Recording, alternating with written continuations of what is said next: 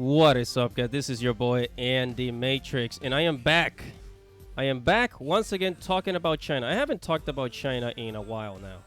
I think I talked a lot about China in 2021, and I guess it's kind of China season. China season? Is there such a thing?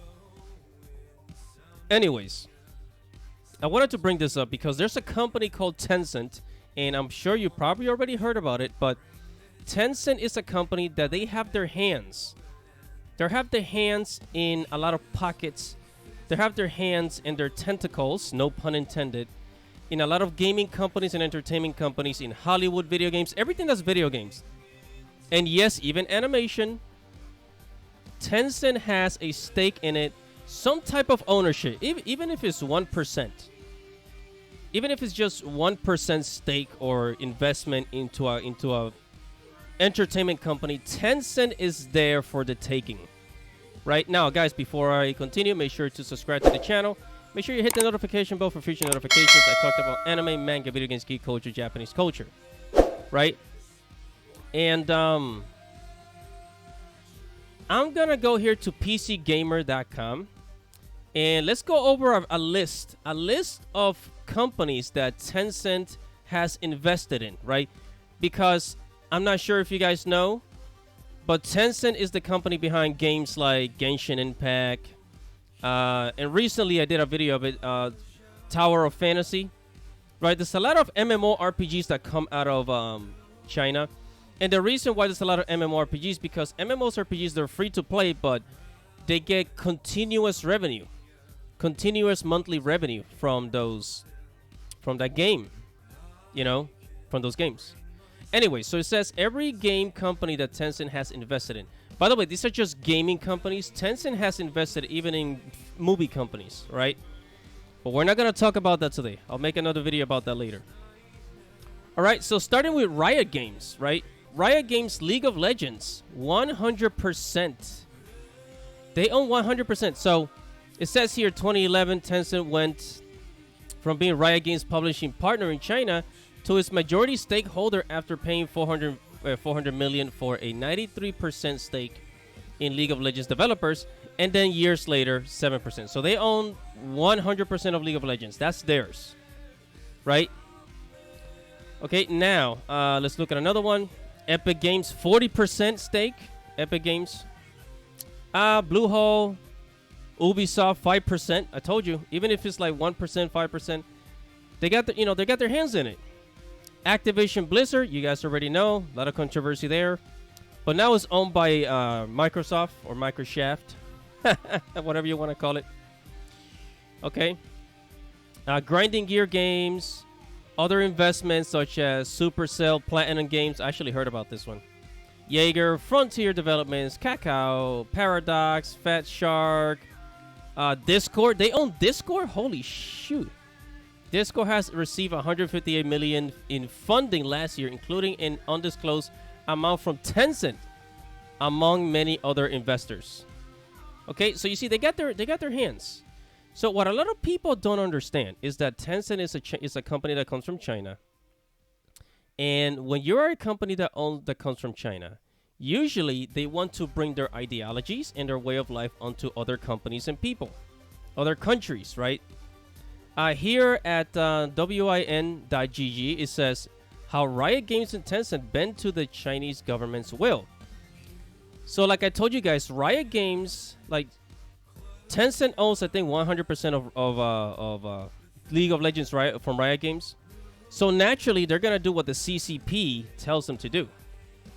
Right here it says Riot Games has for years been a frequent source of controversy, but even in its best moments, there's a cloud hanging over the famed developer and publisher. This comes from the company being a Wally-owned subsidiary of Tencent Holdings, a conglomerate with close ties to the repressive Chinese government. And there you have it. That's all you need to hear. So this is why you should be worried. You should be worried about the games that you play, because I've done a lot of videos about censorship. Whether it's with Square Enix and other titles and other games on Steam.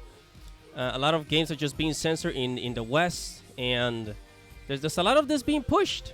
And China censors a lot of things in their own country. So, and then I'm gonna show you guys one last article here from foreignpolicy.com. Okay, foreignpolicy.com says Chinese censorship is going global. This is not a joke. Okay, it says Beijing is not content to stop stifling free speech at water edge. Western companies and institutions must put liberty before profits. And this is very important because there's a lot of companies that are willing to give up freedom for profit. Big mistake. I mean, how the heck are you supposed to, like, you know, use your money if you don't have any freedom? Like that, you know, like the logic there is just, you know, it baffles me because you need freedom in order to enjoy your money. But hey, I mean, that's just, what do I know? What do I know, right? I'm just a regular guy, you know, using common logic, just regular logic. Okay, so Chinese censorship is going global. And I'm not going to read the whole article. I don't want to bore you with the whole article. I'm going to go to the highlights as I highlighted here. So it says the ominous warning to broader comes amid a quickening pattern of Chinese influence over free speech in the West. It says 2 LinkedIn users recently reported that their account were disabled by this Microsoft-owned platform, apparently because they spotlighted work on human rights abuses in China's Xinjiang. I think it's Xinjiang region. So somebody was speaking out about, you know, human rights in that region of China. I don't know if you guys know anything about China, but China, they don't believe in human rights. They don't believe in human rights. You know, human rights is something that I don't know if I should say it originated in the West, but the idea of freedom and rights for the people comes from the West. You know, our democracy, it comes from Greek in Europe. You know, and then it says in September, the Lithuanian government advised its officials to stop using Chinese manufactured phones after discovering they were pre-programmed to censor 449 words or phrases considered objectionable by Beijing. So the same week, it was revealed that community newspaper in Australia serving Chinese speakers were printing censored stories. News articles sent to China for verbatim translations were being quickly scrubbed for criticism of Beijing. Listen, so if you criticize, you know, Beijing, the Chinese government, anything like that, it's not like in America. It's not like in America. You could talk shit about Donald Trump, Obama, Joe Biden, you know, freaking President Nixon, whatever president. You could talk shit about anybody in America, and you will not be thrown in jail. Okay, this is why freedom is so important. Okay, now if we go down here, a couple of more lines and we're done. It says directors and actors associated with such films such as 7 Years in Tibet that depicts China unfavorable have been frozen out professionally and in some cases have resorted in obsequious apologies to revive their career. Kind of like John Cena. John Cena pissed off China, and now John Cena has to, you know, apologize to the CCP for something that he said, right? And he does it publicly. So he, you know, they gotta humiliate you. That's how they, you know, that's how it's the power. It's all about the power, baby. You know. And then it says, with China now, by some measures, the world's largest book market, Western publishers and booksellers are facing growing incentives to suppress critical narratives and instead feature titles that bootlick. I repeat, bootlick Beijing. And I'm guessing Beijing is where a lot of the censorship management happens. Yeah, so there's books that are being published and they don't want you to criticize China, right? So they got to change them up so that it'll sound nice and sweet. You can only say positive things about China, okay? That's the censorship right there. They sell you a lie. They sell you a lie. So again, companies like Tencent, that comes from China, and they bring all these censorship ideas, you know, because it's one thing to, you know, it's not like they're coming to other countries and doing business and following the laws of those countries. No, they silently want you to follow the laws of China, even though you don't live there, and the ideas of China.